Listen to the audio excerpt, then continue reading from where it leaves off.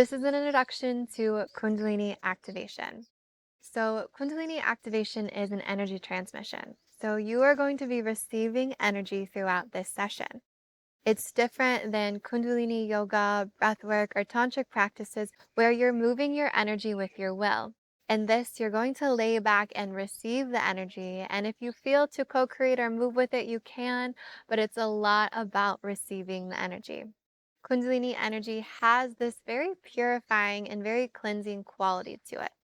So, naturally, when we start to experience it, it will start to clear out some energetic debris. And what energetic debris is, why do we have this? Where does it come from?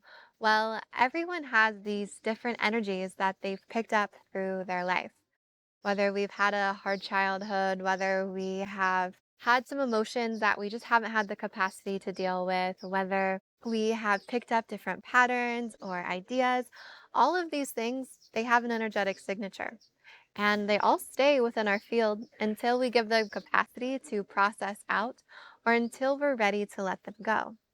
So, Kundalini can bring these things to the surface and give us the space to process and move whatever it is it needs to move. So, some different experiences that can come online as you experience the energy, as it could be very emotional.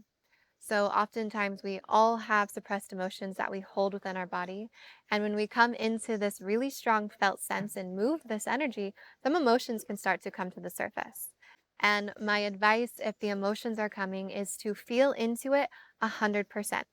If you can only do 80%, it's also okay, but 100% will move the emotion faster. It's not just heavier emotions that we might feel, we also might feel higher emotions.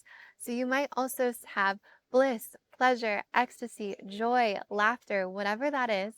Really allow it to move. It's not only the heavier, denser emotions that we suppress, we also suppress ourselves from really allowing ourselves to experience the fullness of the more high vibrational, the more high emotions as well.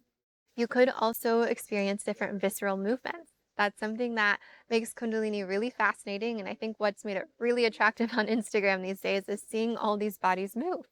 And it's totally interesting. How can that happen?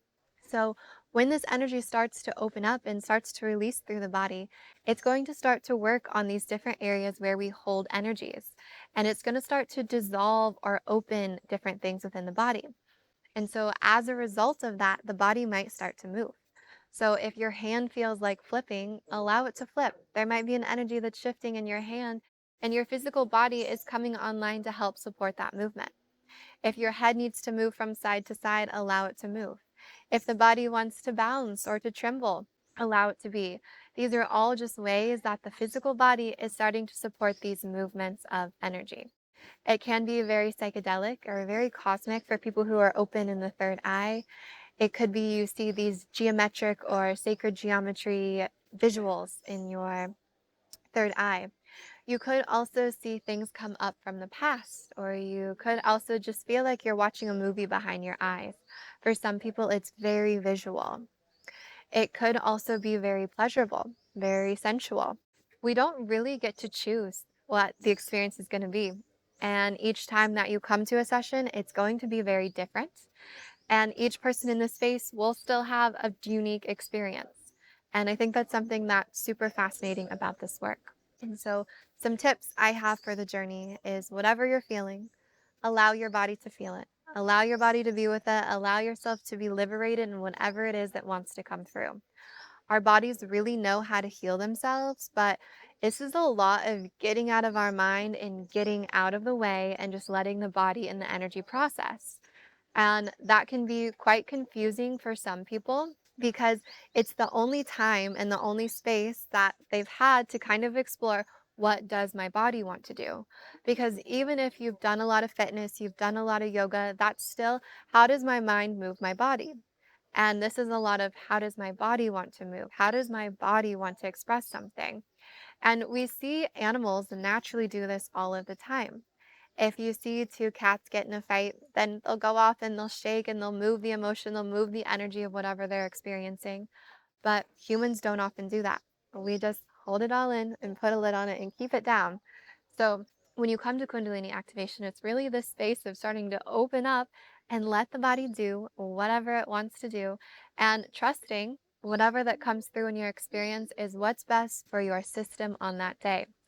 Each time you come, it'll be different, and our bodies are only available so much at a certain time. The more that we work with the energy, the more that things will shift, but it usually comes off layer by layer. So sometimes you need to meet it a few times to really start to dig more into what the experience can be like. And if you don't feel anything, that's also okay. That's also totally normal, and it doesn't mean it didn't work. Just if I was to go to a CrossFit class and exercise and learn these new movements in my body, I probably wouldn't get it the first time. It takes some time to learn how to use these different muscles and to use these different movements. And it takes time to draw your awareness to your subtle body and start to understand what's starting to shift. And so, even if you didn't feel anything, does not mean that nothing happened. Most people take a few times to start to experience it. In my experience, it took me a really long time until I started to notice what was shifting and changing within my body. So, what you feel in an energy session isn't an indicator necessarily of the results that you'll see after the session. So even if you're like, no, nothing happens, why not me? There's still things in your life that are probably shifting, but we need to start to draw awareness to what that might be. There might be environments that you sense a little bit different. You might have different intuitive pulls towards things. You might just have a lot more clarity on which direction to go or how you feel about something. And that's really what a good energy work session is. It's how we're shifting ourselves and how we're changing in the real world reality. And so when you come to an energy work session, all you have to do is lay down and receive.